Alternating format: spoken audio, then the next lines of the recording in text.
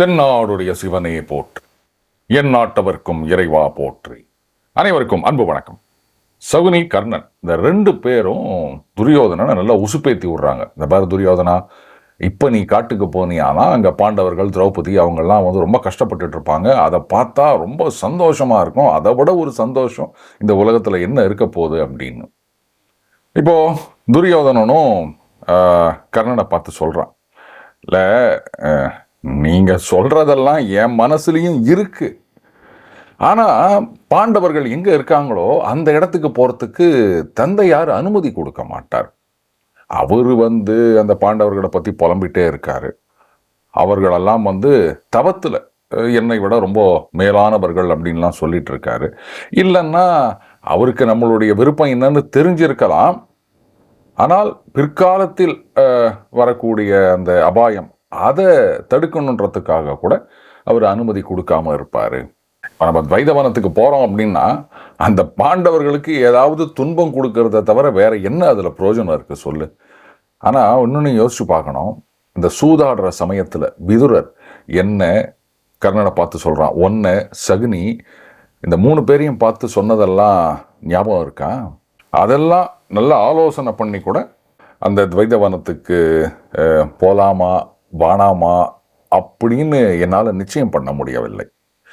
அந்த காட்டுக்கு போனோம் அப்படின்னா இந்த பீமார்ஜுனர்கள் திரௌபதியோட காட்டில் கஷ்டப்பட்டு இருப்பாங்க. அதை பார்க்கும்போது எனக்கு ஏராளமான சந்தோஷம் உண்டாகும். அந்த மர உரி, மாந்தோல் இதையெல்லாம் உடுத்திட்டு இருக்க அந்த பாண்டவர்களை பார்க்கும்போது என்ன சந்தோஷம் வருமோ, இந்த உலகத்தையே ஜெயிச்சா கூட எனக்கு அந்த சந்தோஷம் வராது கர்ணா. அதே மாதிரி தான் அந்த காட்டில் இந்த மாதிரி மர உரி, மாந்தோல் இப்படியோ சுத்தி கொண்டிருக்கின்ற திரௌபதி, துருபதனின் மகள் ராஜகுமாரி, அவளை பார்க்கும் போதும் அதை விட வேற சந்தோஷம் என்ன இருக்க முடியும்? அதே சமயத்தில் அந்த தர்மராஜன், அதுக்கப்புறம் பீமசேனன், இவங்கெல்லாம் நான் எவ்வளோ செல்வத்தோடும் செல்வாக்கோடும் இருக்கின்றேன் அப்படின்னு பார்க்கும்போது தான் எனக்கு உயிரே வந்தா மாதிரி இருக்கும் கர்ணா. நாம் அந்த காட்டுக்கு போகிறதுக்கான அனுமதி எப்படி கிடைக்கும், அதை எப்படி வாங்கிறது தந்தை கிட்டேருந்து அப்படின்னு எனக்கு ஒன்றும் தெரியல. என்ன பண்ணால் நம்ம அந்த காட்டுக்கு போகிறதுக்கு தந்தையார் அனுமதி கொடுப்பாரோ அதை நீயும் சகுனியும் துச்சாசனனோடையும் சேர்ந்து நல்ல சாமர்த்தியமாக யோசித்து ஒரு முடிவுக்கு வாங்க. நான் காட்டுக்கு போகிறதா இல்லை இங்கேயே இருக்கிறதா அப்படின்றத உன்னுடைய முடிவுக்கே விட்டு வருகின்றேன். ஒன்றை அனுசரித்து எதுவாக இருந்தாலும் நான் செய்கிறேன் அப்படின்றான். அதே மாதிரி திருதராஷ்டிரர் அரசர்கிட்ட நான் காலையிலேயே போகிறேன். அங்கே பீஷ்மரும் இருப்பார். அந்த நேரத்தில் நீங்கள் என்ன செஞ்சால் அவர் அனுமதி கொடுப்பார் அப்படின்ற உபாயத்தை யோசித்து நீ சகுனி 2 பேரும் சேர்ந்துக்கங்க. நான் பீஷ்மர் அப்புறம் அரசர் திருதராஷ்டிரர் இவங்களுடைய அபிப்பிராயம் என்ன அப்படின்னு கேட்டு அப்புறம் பீஷ்மர்கிட்ட அப்படி நல்லபடியாக வேண்டிக் கொண்டு எப்படியாவது இந்த காட்டுக்கு போவதற்கான பிரயாணத்துக்கு அனுமதி பெறுவதற்கு முயற்சி செய்கிறேன் அப்படின்றான். இப்போ கர்ணன், சகுனி அவங்கெல்லாம் அப்படியே ஆகட்டும், நாங்கள் யோசிச்சுட்டு வரோம் அப்படின்னு கிளம்பி போயிடுறாங்க. இதில் நண்பர் ஒருத்தர் கேட்டிருந்தாரு, சார் இது வரைக்கும் துரியோதனன் சும்மா தான் இருந்தான், இவங்க காட்டில் எத்தனை வருஷம் இருந்துட்டாங்க, எதுவும் நடக்கலை. ஆனால் இப்போ இந்த சகுனி இவன் தான் உசுப்பேத்தி விடுறான் இந்த மாதிரி பண்ணணும் அப்படின்னு. இந்த மாதிரி ஒரு கெட்டவன் கூட இருந்து நம்ம புத்தியை கெடுத்துக்கிட்டே இருந்தாங்க அப்படின்னு சொன்னால் நல்லவன் கூட மாறிடுவான் இல்லையா? அப்போது துரியோதனன் மீது 100% நாம் தப்பு சொல்ல முடியுமா? கரைப்பார் கரைத்தால் கல்லும் கரையும் அப்படின்னு சொல்லுவாங்க. அந்த மாதிரி இத்தனைக்கும் சகுனி மாமாவாக போயிட்டான், சொந்தக்காரன் வேற யாரும் இல்லை. இது நல்ல கேள்விதான். முதல்ல ஒரு விஷயம் புரிஞ்சுக்கணும். ஒருத்தன் நல்லவனா கெட்டவனா அப்படின்றத மற்றவங்க மாற்ற முடியும் அப்படின்றத பெரும்பாலும் என்னால் ஏற்றுக்க முடியாது. ஏன்னா ஒவ்வொருத்தரும் அவங்களுடைய நல்லது கெட்டதை யோசித்து தான் மற்றவங்க சொல்கிறத நம்ம கேட்போம். இதே சகுனியே திடீர்னு துரியோதனா நீ இது மாதிரிலாம் பண்ணக்கூடாது, பாண்டவர்களோட சமாதானமாக போயிடு அப்படின்னு சொல்லியிருந்தானா துரியோதனன் ஒத்துந்திருப்பானா? இல்லை நீ அவங்களுக்கு விலை போய் விட்ட, அப்படின்னு சொல்லிட்டு ஒதுக்கி தள்ளியிருப்பான். கர்ணா அது மாதிரி வந்து சகுனி மாற்றி மாற்றி பேசுகிறான், அதனால் அவனை நம்பக்கூடாது, நீயே ஒரு யோசனை சொல் அப்படின்னு போயிருப்பான். அதே கதை தான் கர்ணனுக்கும். துரியோதனன் விரும்புவதை இவங்க சொல்கிறாங்க, அதனால் அவன் அவங்கள கூட வச்சுட்டு இருக்கான். இதே விதுரர், அவரும் சொந்தக்காரர் தான். சொல்லப்போனால் சகுனியெல்லாம் விட உயர்ந்த இடத்தில் இருப்பவர் பீஷ்மர். தந்தையாரே பல நேரங்களில் நல்லது சொல்லியிருக்கார். இப்போவும் சில விஷயங்கள் அவர் சொல்ல போகிறார். அதையெல்லாம் துரியோதனன் ஏன் கேட்கல? ஏன்னா கூட இருக்கவங்க, அவனுக்கு வேண்டியவர்கள், சகுனியை விட துரியோதனனுடைய நன்மையை விரும்புபவர்கள் பீஷ்மர், திருதராஷ்டிரன், விதுரர், இவர்கள்லாம். அவங்க சொல்றதெல்லாம் காதிலேயே வாங்கிக்க மாட்டேன்றான். இப்போ கூட சொல்றான் பாருங்க, நீங்க ஒரு யோசனையோட வாங்க, நான் அதிகாலையிலேயே அரசரை போய் சந்திக்கின்றேன், பீஷ்மரும் இருப்பாரு, எப்படியாவது பீஷ்மரை வேண்டிக் கொண்டு நயமாக பேசி அப்படின்றான். அப்போ எனக்கு விரும்பினதை சொன்னால் மட்டும்தான் நான் செய்வேன். இதுதான் வந்து அடிப்படை மனித இயல்பு. நாம நண்பர்களை தேடிக்கிறோம் அப்படின்னு சொன்னா ஒன்று வந்து காமன் இன்ட்ரெஸ்ட் இருக்கணும், இல்லை காமன் கோல் இருக்கணும். எனக்கும் இன்னொருத்தருக்கும் வந்து எந்த விதமான ஒரு உடன்பாடும் இல்லை, எந்த ஒரு விஷயத்தில் எல்லா இடத்துலையும் வேறுபாடு தான் இருக்குது அப்படின்னு சொன்னால் யார் அவங்களோட நட்பாக இருப்போம் சொல்லுங்கள்? இது எல்லாருக்கும் காமனான ஒரு விஷயம். அப்போது இவர் பேசி கெடுத்துட்டார், அவர் சொல்லி சொல்லி இவனை மாற்றிட்டார் அப்படின்றத வந்து என்னால் ஏற்றுக்க முடியாது. எல்லாத்துக்கும் மேலே அடிப்படையிலேயே தர்ம சிந்தனை அப்படின்னு ஒன்று இருந்ததுன்னா, இந்த மாதிரி தவறான யோசனைகள் இதெல்லாம் யாராவது சொல்லும்போது, என்ன இந்த மாதிரிலாம் பேசிகிட்டு இருக்க நீ, இதெல்லாம் ரொம்ப தப்பு இல்லையா அப்படின்னு தான் நமக்கு முதல்ல வரும். அப்படி வரலன்னா என்ன அர்த்தம்? தர்மத்தின் வழியை விட்டு நீங்கள் விலகி விட்டீர்கள் அப்படின்னு அர்த்தம். தர்மத்தை பற்றி மட்டுமே யோசிச்சுட்டு இருந்தா, இல்லைல்ல இது தர்மம் ஆகாது, இப்படிலாம் செய்யக்கூடாது அப்படின்ற எண்ணம் நமக்கு முதல்ல வந்ததுன்னா, உடனடியாக அவனுடைய நம்ம நட்பு வளையத்தில் இருந்தோ இல்லை சொந்தக்காரங்களாக இருந்தால் அவங்கள கிட்ட சேர்த்துக்கிறதுல இருந்தோ நம்ம விலக்கி வைப்போம். அப்போ தர்ம சிந்தனையை விட்டு விலகிட்டோம் அப்படின்னு சொன்னாதான், இது கூட நல்லா தானே இருக்கு, இப்படி செஞ்சு பார்க்கலாமே என்ன அப்போ அப்படின்னு தோணிச்சுன்னா, அப்போது நீ ஆல்ரெடி கெட்டவன் ஆயிட்ட. எப்போ நீ வந்து தர்மத்தை விட்டு விலகி விட்டையோ அப்போ வந்து நீ நல்லவன், அடுத்தவங்க கெடுத்துட்டாங்க அப்படின்லாம் சொல்ல முடியாது. நாம் ஏற்கனவே கெட்டு போயிருந்தால் மட்டும்தான் பக்கத்தில் ஒருத்தன் வந்து இந்த மாதிரி தப்பு தப்பான யோசனையெல்லாம் சொல்லும்போது நாம் அதை கேட்க ஆரம்பிப்போம். தீதும் நன்றும் பிறர் தரவாரா, அதனால் இவர் கெடுத்துட்டார், அவர் வந்து இவனுக்கு தவறான அறிவுரையை சொல்லிட்டார், அவர் தான் இவனை வந்து தவறாக வழி நடத்தினார் அப்படின்றதெல்லாம் என்னால் இன்னைக்கும் ஏற்றுக்க முடியாது. ஒருவேளை அந்த உபாயம் அப்படின்றத வந்து மறைத்து அது ஏதோ நல்லது பண்ணுற மாதிரி சதி நடக்குதுன்னு பாருங்க, அதில் வந்து ஏமாந்து விடலாம் ஒரு சிலர். இதெல்லாம் விதிவிலக்குகள். இப்போ இதே இடத்துல சகுனி, துரியோதனா அது மாதிரி காட்டில் இருக்காங்க, பாவம் கஷ்டப்பட்டுட்டு இருக்காங்க, அவங்கள போய் நாம் பார்த்து ஆறுதல் சொல்லிவிட்டு வரலாம் இப்படின்னு சொல்லி கூட்டுட்டு போயிட்டு அங்கே சில பேரை நீங்கள் போயிட்டு அவங்களோட சண்டையை ஆரம்பிங்க, அதுக்கப்புறம் வேறு வழி இல்லாமல் துரியோதனன் சண்டைக்கு வந்துடுவான், இப்படி ஏற்பாடு பண்ணியிருந்தான்னு சொன்னால் அப்போ துரியோதனன் ஏமாந்துட்டான் அப்படின்னு சொல்லலாம். இங்கே அவன் வந்து பட்டவர்த்தனமாக சொல்கிறான் சகுனி, அவங்க இப்படி இருக்கிறத பார்க்கும்போது என்ன சந்தோஷம் தெரியுமா, இதை விட என்ன சந்தோஷம்னு அதைத்தான் எதிரொலிக்கின்றான் துரியோதனன். அதனால் யாரும் மற்றவங்களை கெடுத்துட்டாங்க, இவங்க தான் வந்து அவங்கள தவறாக வழி நடத்திட்டாங்க அப்படின்னு மட்டும் சொல்லிடாதீங்க. இப்போது இரவு முடிந்தது, காலையில் வந்து கர்ணன் வந்து பார்க்குறான். அதுவும் எப்படி உறக்க சிரிச்சுட்டே வரானா.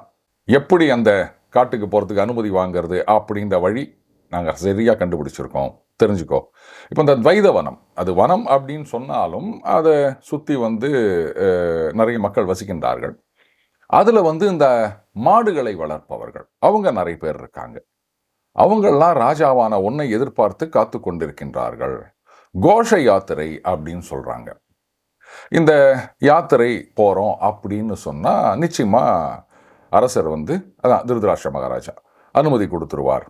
ராஜாக்கள் வந்து இந்த கோஷ யாத்திரை போகிறது அப்படின்றது எப்போவுமே வழக்கம் தானே.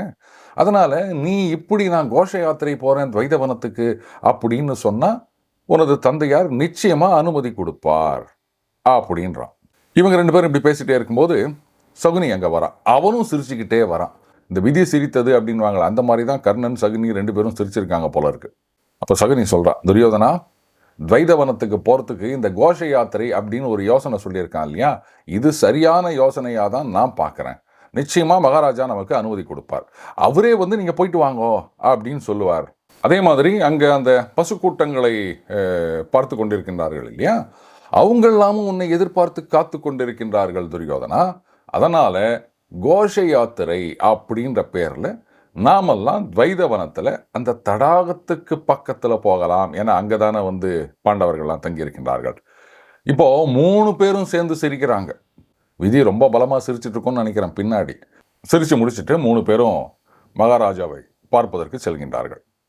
அங்கே போன உடனே வழக்கம் போல், ராஜா நீங்கள் எப்படி இருக்கீங்க, எல்லாம் சௌக்கியமா, இப்படி எல்லாத்தையும் கேட்ட பிறகு இவங்க ஏற்கனவே அந்த மாடுகளை பார்க்கின்ற கூட்டத்திலிருந்து ஒருத்தனை ஏற்பாடு பண்ணி வச்சுருக்காங்க. அவன் பேர் வந்து சங்கவன் அப்படின்னு. அவன் என்ன பண்ணுறான், மகாராஜா கிட்ட வந்து, ராஜா இந்த மாதிரி பசுக்கள் எல்லாம் கிட்டக்க வந்திருக்குங்க அப்படின்னும் போது அந்த கர்ணன் சகுனி 2 பேரும் மகாராஜாவை பார்த்து சொல்கிறாங்க, இப்போ இந்த மாதிரி பசு கூட்டங்கள்லாம் நிறைய வந்திருக்கு. இப்போ இந்த பசுக்கள் நிறைய இருக்கிறதுனால அந்த ஒவ்வொரு பசுவையும் பார்த்து அதனுடைய வயசு என்ன, அதனுடைய நிறம் என்ன, அதனுடைய ஜாதி என்ன, அதனுடைய பெயர் என்ன, இதெல்லாம் எழுதுறதுக்கு, அதுக்கப்புறம் அந்த கன்றுக்குட்டிகளுக்கு அடையாளம் இடுவதற்கு இதுக்கெல்லாம் வந்து சரியான நேரம் வந்திருக்கின்றது. இந்த நேரத்தில் உமது புத்திரர்கள் அவங்கெல்லாம் வந்து வேட்டைக்கு போவது அப்படின்றது ரொம்ப உச்சிதமானது. அதனால் நீங்கள் வந்து துரியோதனனுக்கு அனுமதி கொடுக்க வேண்டும் அப்படின்னு ரொம்ப நயமாக கேட்கின்றனர். இப்போ இதெல்லாம் கேட்ட உடனே திருதராஷ்டிரன் சொல்கிறாரு, ஆஹா, வேட்டை நல்லது தான், பசுக்களை எல்லாம் நன்றாக பராமரிக்க வேண்டும் அப்படின்றதும் நல்லது தான்.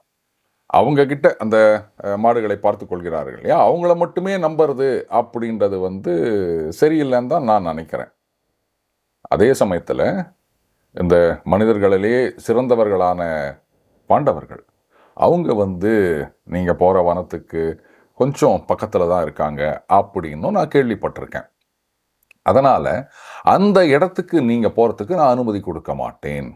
கர்ணா, மிக திறமையான அந்த பாண்டவர்கள், கபடத்தால் சூதால் ஜெயிக்கப்பட்டவர்கள், அவங்கள்லாம் இப்போ காட்டில் துன்பத்திற்கு உள்ளாகி இருக்கின்றனர். ஆனாலும் எப்போதும் அந்த தவம் செய்து கொண்டிருக்கின்றனர். தருமன் கோச்சிக்க மாட்டான், ஆனால் பீமசேனன் அவன் பயங்கர கோபத்தோடு இருக்கான். உங்களுக்கு கொழுப்பும் அதிகம், அறியாமையும் அதிகம். அதனால் நீங்கள் அங்கே போய் வந்து தப்பு பண்ணுவீங்க. இதில் அந்த தவம் உள்ள அந்த பாண்டவர்கள் உங்களையெல்லாம் எரிச்சிருவாங்க. நீங்கள் ரொம்ப பேர் கூட்டமாக போகிறதுனால எப்படியாவது அந்த பாண்டவர்களை எதிர்த்து சண்டை செய்யணும் அப்படின்ட்டு வீண் சண்டைக்கு போவீங்க. அவங்கள எதிர்த்து சண்டை செய்கிறது அப்படின்றது வந்து ரொம்ப ரொம்ப தவறான முடிவு, இகழத்தக்க முடிவு அப்படின்றார் திருதராஷ்டிரன். அது ஜெயிக்க முடியாது அப்படின்றது என்னுடைய கருத்து. தனஞ்சயன் அவன் அந்த இந்திரலோகத்திலேயே தங்கி இருந்திருக்கான். எந்த விதமான பெரிய அஸ்திரங்கள், திவ்யாஸ்திரங்கள் அதெல்லாம் இல்லாத போதே இந்த பூமியை ஜெயிச்சவன் அர்ஜுனன். இப்போ அவன் வந்து இந்திரலோகத்துக்கு போயிட்டு திவ்யாஸ்திரங்கள்லாம் வந்து தேர்ச்சி பெற்று வந்திருக்கின்றான். அப்படி இருக்கச்ச அவனை எதிர்த்து உங்களால் நிற்க முடியுமா? உங்களையெல்லாம் கொன்று தீத்துருவான் அர்ஜுனன். ஏதோ நான் சொல்றதை கேட்டு நீங்கள் ஜாக்கிரதையாக இருந்தால் கூட அங்கே பக்கத்தில் போய் நீங்கள் தங்கினீங்க அப்படின்னு சொன்னால் உங்களுக்கு பெரிய துன்பம் தான் வரும். அது மட்டும் இல்லை, சில படை வீரர்கள் அவங்க சும்மா இல்லாமல் அந்த பாண்டவர்களுக்கு ஏதாவது ஒரு தவறை செய்வார்கள். அதனுடைய பலன் நீங்கள் தான் அனுபவிக்கணும். சண்டை வரும். எதுக்கு இதெல்லாம்? அதனால் ஒன்று பண்ணுங்க, நம்பிக்கையான மற்றவங்களை அந்த பசுக்களை எண்ணுவதற்கு அனுப்புங்க. துரியோதனா, நீ வந்து அந்த காட்டுக்கு போகிறது எனக்கு சரியாகப்படவில்லை அப்படின்றாரு. இப்போ சகுனி பேசுகிறான், மகாராஜா, அந்த பாண்டவர்களில் மூத்தவரான யுதிஷ்டன் அவர் வந்து தர்மத்தை அறிந்தவர். இதே சபையில் 12 வருஷம் நாங்கள் வந்து காட்டில் வசிக்கின்றோம் அப்படின்னு சபதம் செய்திருக்கின்றான். மற்ற பாண்டவர்கள் எல்லாம் அண்ணன் தர்மன் என்ன சொல்றாரோ அதையே கேட்டு நடக்கின்றார்கள். யுதிஷ்டன் வந்து நம்ம விஷயத்துல அந்த கோபத்தை எல்லாம் பெருசா பாராட்ட மாட்டான். எங்களுக்கு வேட்டைக்கு போனோம் அப்படின்னு ரொம்ப ஆர்வமாக இருக்கின்றது. அதே மாதிரி அந்த பசுக்கள் எண்ணுவது அதையும் நாங்கள் செய்யணும் அப்படின்னு விரும்புகின்றோம். பாண்டவர்களை பார்க்கறதுக்கு எங்களுக்கு விருப்பமே கிடையாது. அந்த இடத்துல தவறான கெட்ட விஷயங்கள் எதுவுமே நடக்காது. எந்த இடத்துல அவங்க தங்கியிருக்காங்களோ அந்த இடத்துக்கு நாங்கள் போக மாட்டோம் அப்படின்றான் சகுனி. இதை கேட்ட உடனே திருதராஷ்டிர மகாராஜா, அப்படியா, அப்போ நீங்கள் விருப்பப்படி போகலாம் அப்படின்னு அனுமதி கொடுக்கிறார். அப்பவும் முழு மனசோட கொடுக்கல அப்படின்னு சொல்கிறாங்க. மறுபடியும் பாருங்க, எல்லாம் விளக்கமா சொல்றார். நீங்க சும்மா இருந்தாலும் உங்க படை வீரர்கள் யாராவது ஏதாவது போயிட்டு அவங்களுக்கு ஏதாவது ஒரு அபகாரம் பண்ணுவாங்க, அது பிரச்சனையில வந்து முடியும். அர்ஜுனன் வந்து இந்த திவ்யாஸ்திரங்கள்லாம் அது இல்லாத போதே பூமியை ஜெயிச்சவன், இப்ப திவ்யாஸ்திரங்களோட வந்திருக்கான் இந்திரலோகத்தில இருந்து. உங்களை எல்லாம் அவன் எரிச்சிடுவான், அவன் முன்னாடி நீ நிக்க முடியுமா, அதனால வேண்டாம் அப்படின்னு சொன்னவர் சகுனி சொல்றான், நான் அங்க போக மாட்டோம், அவங்க தங்கி இருக்க இடத்துக்கு பக்கத்துல போக மாட்டோம் அப்படின்னு சொன்ன ஒரு வார்த்தையை பிடிச்சிட்டு அதை நான் முழு மனசோட அனுமதி கொடுக்கறது, அரை மனசோட அனுமதி கொடுக்கறது, என்ன நடக்க போகுது அப்படின்றது இவருக்கு தெரியாதா? அதுவும் சகுனியுடைய வார்த்தை, சகுனியை பத்தி இவருக்கு தெரியாதா? சூதாட்டத்தால் ஜெயிக்கப்பட்டவர்கள் அப்படின்னு வேற சொல்றாரு. அப்ப அந்த சூது செய்தது யாரு அப்படின்றது திருதராஷ்டிர மகாராஜாவுக்கு தெரியாதா? அந்த சூதின் முழு வடிவமே இந்த சகுனி தான். இவ்வளோலாம் தெரிஞ்ச பிறகும் அவர் வந்து அனுமதி கொடுக்கிறார் அப்படின்னு சொன்னா, அப்ப அவருக்கும் அதுக்குள்ள ஒரு விருப்பம் இருக்கின்றதுன்றது தானே தெரியுது. அரசருக்கு வந்து நம்முடைய விருப்பம் தெரிஞ்சிருக்கலாம், துரியோதனன் ஏற்கனவே சொல்லியிருக்கான். இவங்க பாண்டவர்களுக்கு துன்பம் கொடுக்க வேண்டும், அவங்க கஷ்டப்படுறதை பார்த்து சந்தோஷப்படணும் அப்படின்னு நினைச்சு காட்டுக்கு போறாங்க. ஆனா கஷ்டப்பட போறது இவங்க தான். மீண்டும் அடுத்த பதில் இணைந்திருப்போம். வணக்கம்.